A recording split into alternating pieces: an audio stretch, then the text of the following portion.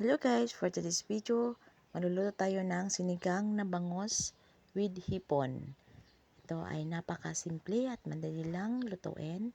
Ayan, naglagay ako ng ating luya, sibuyas, bawang, kamatis at tinakpan muna natin guys hanggang sa kumulo ito. At ayan na, kulo na siya. And then, lagyan natin ng paminta at ang asin.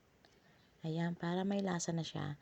At saka yung patis, depende sa inyo guys, gaano nyo kadami ilalagay o lalagyan ng patis ang inyong sinigang. Depende sa sukat ng inyong tubig.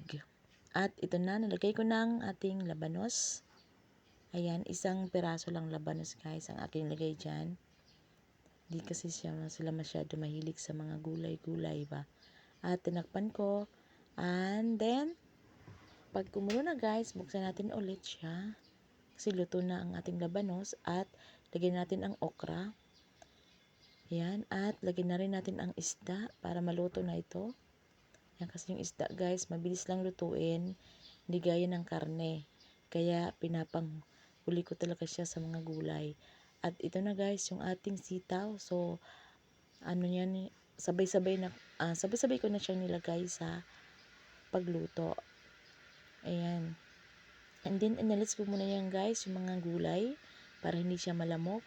At ito na yung ating talong. Ayan, kailangan din natin ito isa-isahing lulutuin at hahanguin muna saglit para hindi siya mag-iba ang kulay ng ating gulay. Ayan, lagyan ko na siya ng pansigang. Yung pangsigang na siling berde na haba. Ayan. And then, lagyan na rin natin yung ating hipon. Masarap kasi guys pag pinaghalo ang hipon at yung bangus. Ayan. So, ilang piraso lang na hipon ang ating ilalagay dyan guys. Kayo na bahala kung marami ang ilalagay nyo at kung kunti lang kasi dalawa naman yan na dalawang magkaiba yung ating nilagay dyan, bangus at yung ating hipon. At lagay ko na rin ang ating kangkong. Yung kangkong wag lang natin masyadong lutuin. Yung medyo half cook lang guys ang ating kangkong para hindi mag-iba ang kanyang kulay. Tinakpan lang muna natin at pag kumulo na, buksan ulit natin at inalis ko rin dyan guys yung ating hipon para hindi siya ma-overcook at saka natin ilalagay ang sinigang mix. Ayan, yung sinigang mix natin na Knorr. Ayan guys, so ito ay luto na kasi kunting luto-luto lang to guys yung ating ulam for today's video. Ayan.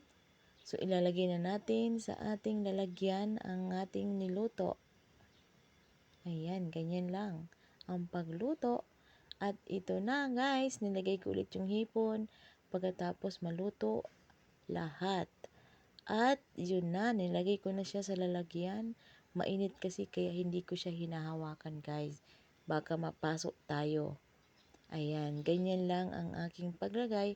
At ito na guys, ang ating sinigang na bangus with shrimp. Ayan, hipon. Thank you for watching guys. Bye! Yummy, yummy ang ating sinigang for today's video. Ayan, sarap maghigop ng sabaw.